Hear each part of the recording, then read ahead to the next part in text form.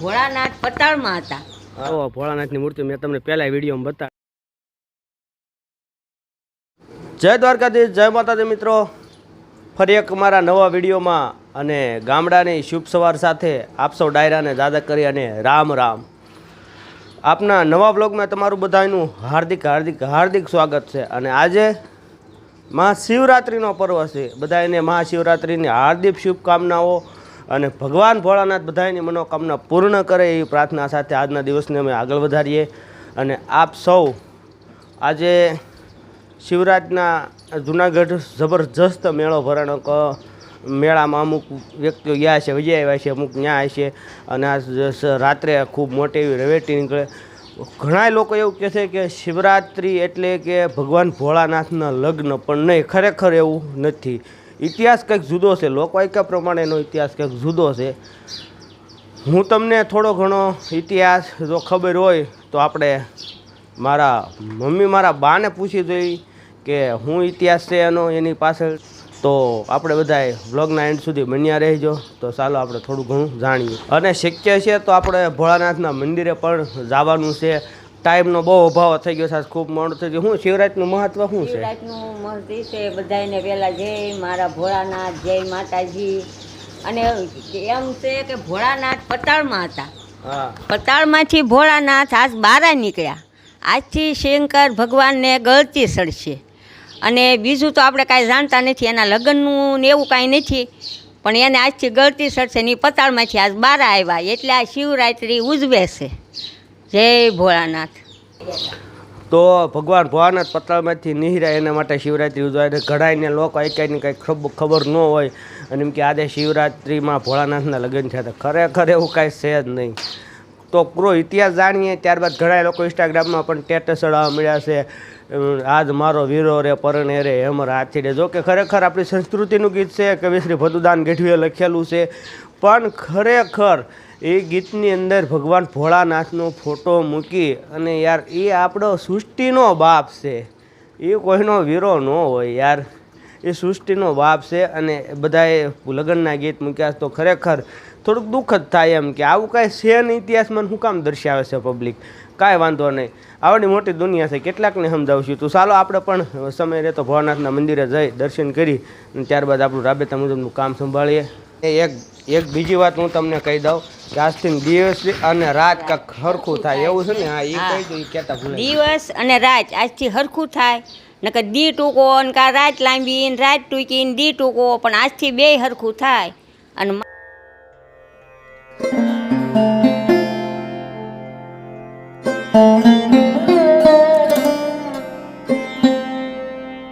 જુઓ આ કેટલા દિવસે સેવ ટમેટાનું શાક જોવા મળ્યું છે. શું કેવું તારું શું કેવું? એના મોઢામાં બટકું હોય ને બિચારાને પૂછાઈ જાય છે. The next day. Good morning દોસ્તો. ચકલીઓનો કલબલાટ સાથે ગામડાની શુભ સવાર સાથે જય દ્વારકાધીશ, જય માતાજી મિત્રો. સૌરાષ્ટ્રની ધીંગી ધરા ઉપર આપ સૌ ડાયરાને જાજા કરીને રામ રામ. અને હાલ અત્યારે વાગી ગયા છે સવારના 10 ઉપર થઈ ગયું છે. અને આપણે ગુડ મોર્નિંગ અત્યારે સવારે 10 વાગ્યે ઠેઠ કર્યું છે. તમારો બધાનો દિવસ શુભ રહે માતાજીની શુભકામના સાથે આજનો દિવસ અમારો આગળ વધારીએ. અને તમે જોઈ શકો છો, જુઓ ચકલીયાઓ એની મસ્તીમાં છે. અને આજે પાણી આવ્યું હતું ને એટલે બધું પલાળી દીધું છે, એટલે એને નકરી મજા જ આવ્યા કરે છે. તો અહીંયા છે ને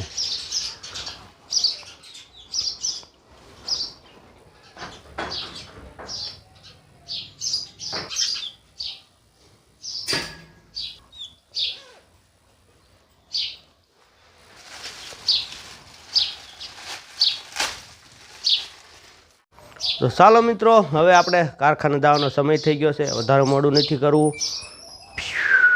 અભી બજ ગए હે, कितना बज गए हैं?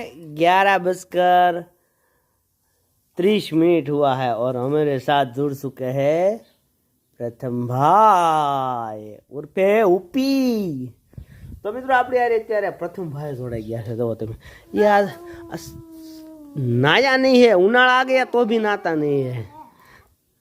કેટલો મોજમાં છે, જો કેટલા મોજમાં હે.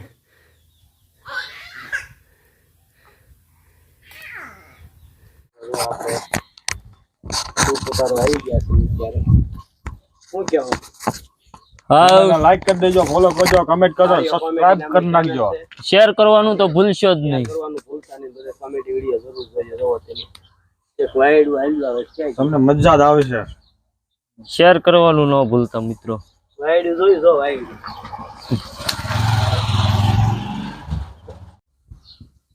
માની લે ભાઈ હા કે હું એક છોકરી મને ગમી ગઈ, હા હું ગમી ગયો, હા બરોબર, ઈ તું માની લે.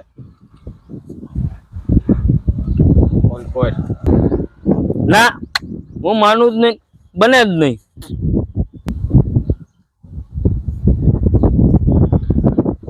શું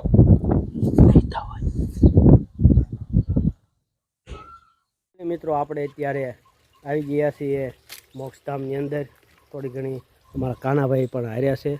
અને જુઓ તમે, ક્યારેક ક્યારેક નવરાશની પળો હોય ત્યારે અહીંયા વહી આવી મજા આવે, આનંદ આવે, શાંત વાતાવરણ હોય અને ખૂબ સારી એવી વ્યવસ્થા થઈ ગઈ છે.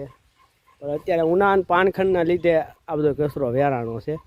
પણ એક દી નક્કી કર્યું છે કે એક દી બધાને લઈને આવીને તો બધું સાફ સફાઈ કરી નાખી. પણ સમયનો બહુ અભાવ રહેશે. તો કાંઈ વાંધો નહીં, લાઇક શેર સબસ્ક્રાઈબ કરવાનું ન ભૂલતા. તો ભોળાનાથની મૂર્તિ મેં તમને પહેલાં વિડીયોમાં બતાડી.